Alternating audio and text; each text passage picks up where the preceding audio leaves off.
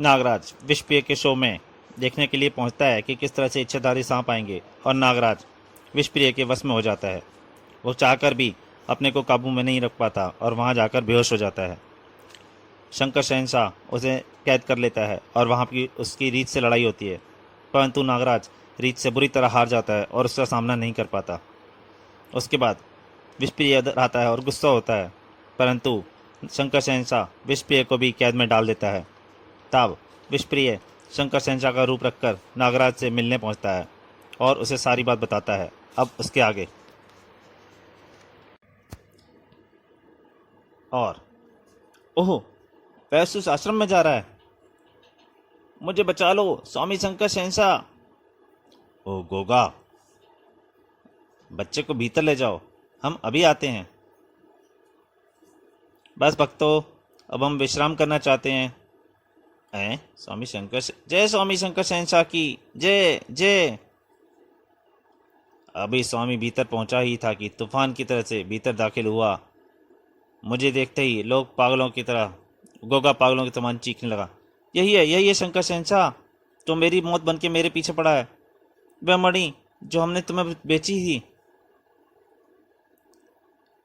इससे पहले कि वह अपना वाक्य पूरा कर पाता, मैंने अपनी दांत उसकी गर्दन में गड़ा दिए।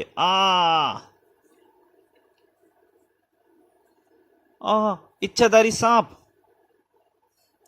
कौन हो तुम? मुझे वह मणि दे दो शंकर शहनशाह।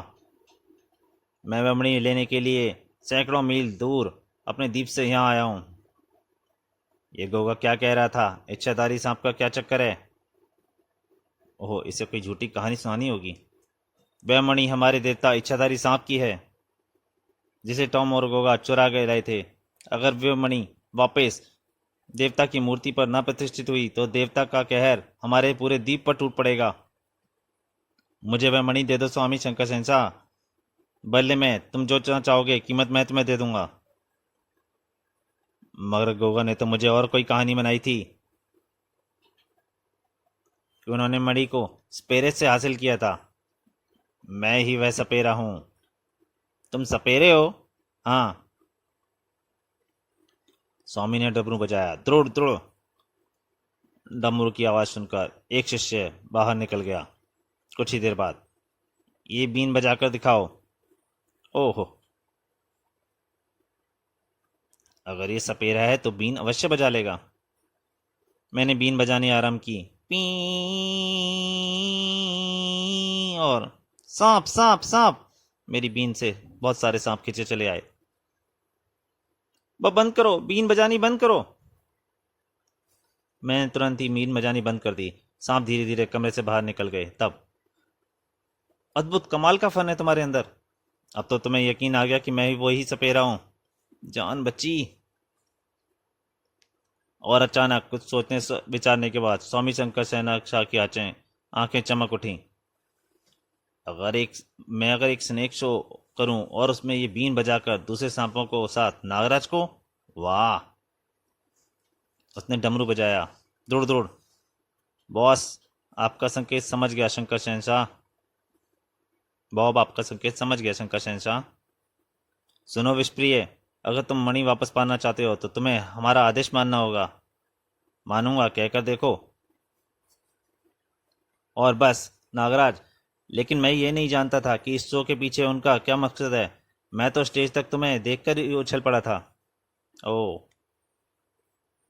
तुम कौन हो नागराज, और ये लोग तुम्हारे पीछे क्यों पड़े हैं? नागराज के पीछे जुर्म की पूरी दुनिया पड़ी हुई है विषप्रिय। अकेले फ्रांस के माफिया नहीं, मेरे सिर की कीमत 2 करोड़ रुपए रखी है। लेकिन नागराज, ये लोग तुम्हें मारना नहीं चाहते, बल्कि ब्रेन वॉश करके तुम्हें नीलाम करना चाहते हैं। ओह, अच्छा हुआ तुमने मुझे इनके इरादों की भनक दे दी। और अब मैं तुम्हें बता दूं विषप्रिय कि मैं यहाँ मुंबई क्यों आया हूँ। स्वामी के रूप में शैतान इस शंकर शहनशाह ने मादक पदार्थों का सफाया करने पूरी बंबई में फैले इस धूर्त के भगवा वस्त्रधारी एजेंट डमरों के चरस, अफीम, गांजा सप्लाई करके युवा पीढ़ी को खोखला कर रहे हैं। यह बंबई आया तो मैं उसे अपने जान में फंसाने था, किंतु उल्टा उसी के जाल में फंस गया। विषप्रिय, अब मुझे तुम्हारी मदद की ज़रूरत है। मुझे मेरी शक्तियाँ लौटा दो।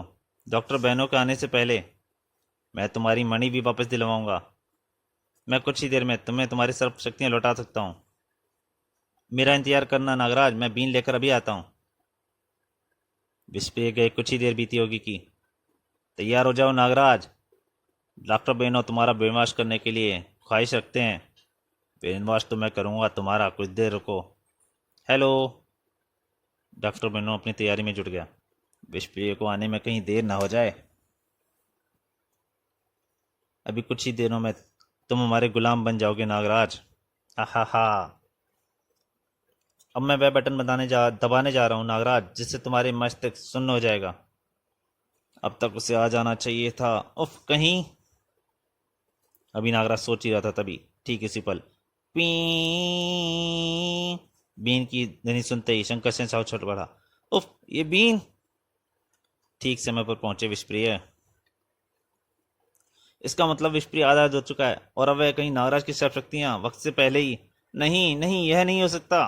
पी गुस्से से उबलता शंकर सेन साहब बाहर भागा। मैं तुम्हें जिंदा नहीं छोड़ूंगा विष्प्रिय धोखेबाज। आवाज उस कमरे से आ रही है। तोड़ दो दरवाजा, खत्म कर दो उसे। बॉब दरवाजा तोड़ने लगा। धाड़ धाड़।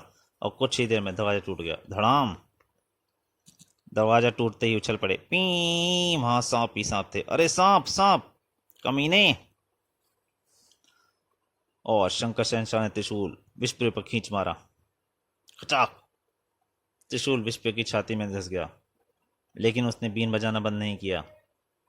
पीड़ा से उसका सारा चेहरा लाल हो गया था। पी किंतु बीन की लय ना टूटी। पी नागराज को खत्म कर दो बॉब।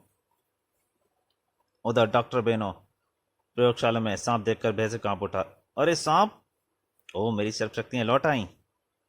पलक झपकते ही सभी सांप नागराज के जिस्म में समा गए। अब नागराज पहले के समान शक्तिशाली हो चुका था। उसने अपने बंधन तोड़ डाले। कड़ाक। अब मैं तुम्हारा मस्तिष्क सुन्न कर दूंगा डॉक्टर। नहीं नहीं, मुझे माफ कर दो नागराज, मुझे छोड़ दो नागराज। नागराज ने बटन दबा दिया। एकाएक बीन की आवाज आनी बंद हो गई। नागराज बाहर निकला। विषप्रिय। आह। ओ विषप्रिय, यह क्या हो गया? मेरा समय पूरा हो गया मित्र। तुमसे बस एक विनती है, मणि को वापस नागमणि द्वीप पर पहुंचा देना।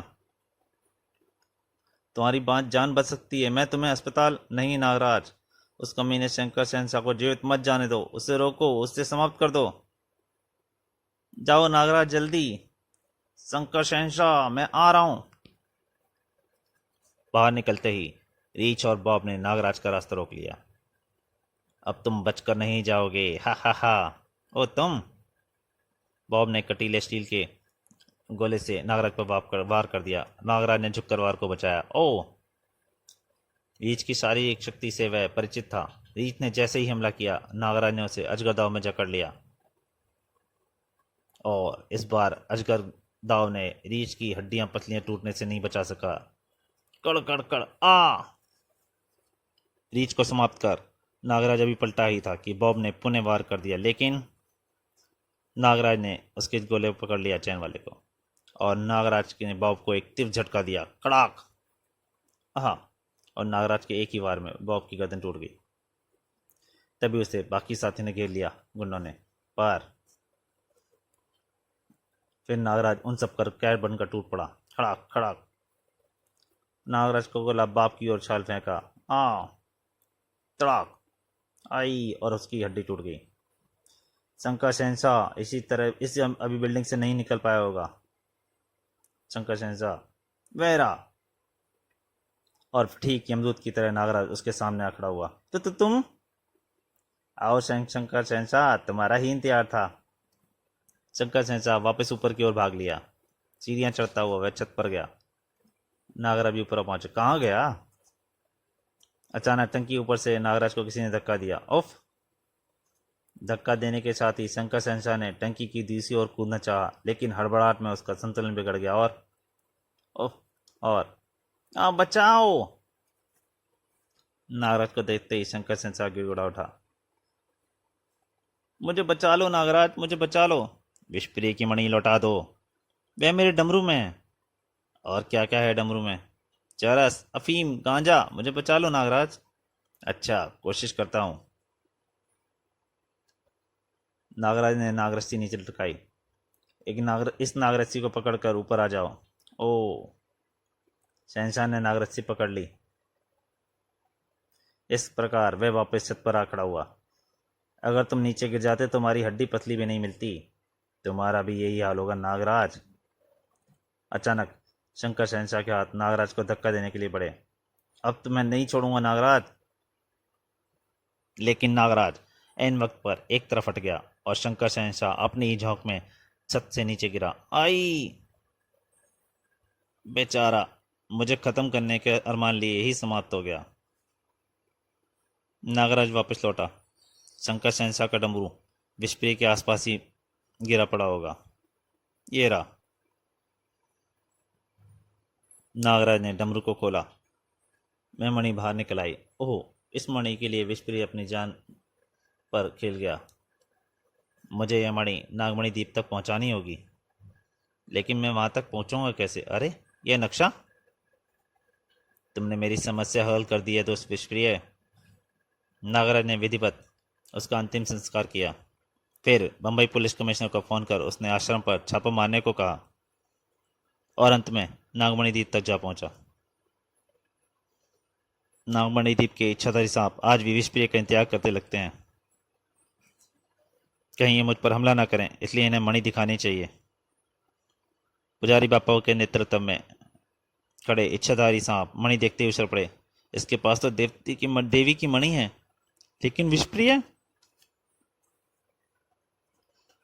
नागराज किनारे पर उतर आया, जहां विषप्रिय का इंतजार करते हुए इच्छाधारी सांपों ने उसे चारों ओर से घेर लिया। तुम कौन हो युवक? और विषप्रिय कहाँ है? मेरा नाम नागराज है। यह आपकी अमानत है मेरे पास। और मुझे अफसोस है कि विषप्रिय अब इस दुनिया में नहीं है। नहीं भैया। मरते समय उसने मुझसे इस मणि को इस द्वीप तक पहुंचाने का वचन लिया था, इसलिए मैं आपके हत्यारों को सजा देने के बाद यहाँ आया हूँ। तुम महान हो नागराज। हम चाहते हैं तुम समय अपने इससे इस मणि को देवी की मूर्ति पर स्थापित करो। नागराज ने उनका स्वीकार कर लिया। फिर जैसे ही नागराज मणि स्थापित कर नीचे उतरा, देवी के हाथ से थमी माला उसके गले में आ पड़ी। यह देख विसर्पी क्या उठी। नागराज, हमारी देवी का आशीर्वाद तुम्हें मिल गया है। हम चाहते हैं अब तुम यहीं रहो। इस द्वीप की बागडोर मैं तुम्हें सौंपता हूँ नागराज। आज से तुम यहाँ के राजा हो। ओह। समाप्त।